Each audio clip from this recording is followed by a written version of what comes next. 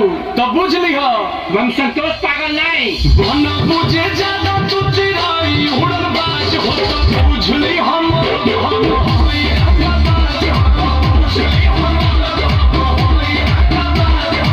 तू जानत हुआ कि हम ग्रेड ए पढ़ नहीं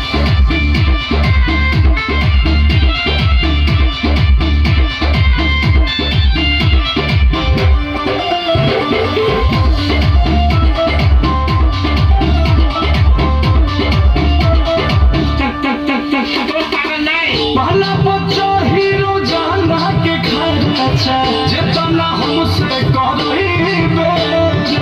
तोरा से बेसी हम ले ले बनी सीछा पीछा छोड़ा नहीं पड़ी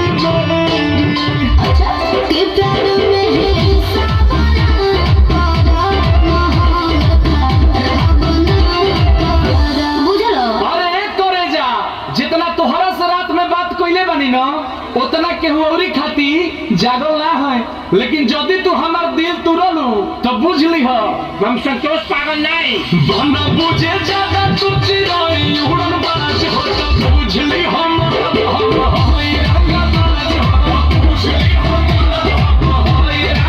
मालूम ना इतने फट के एको भाषा ना बोलबा कोनो विषय में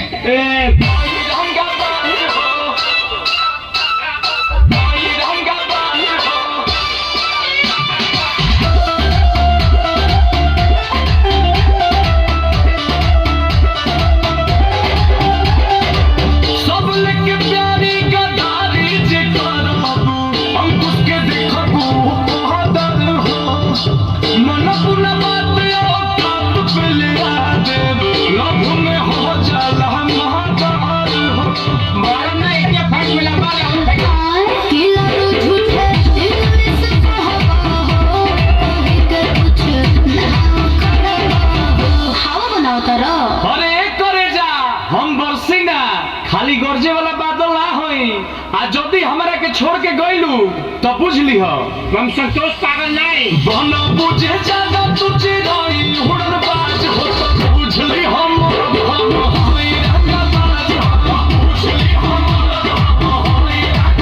जानत हुआ कि हम ग्रेड ए पढ़ नहीं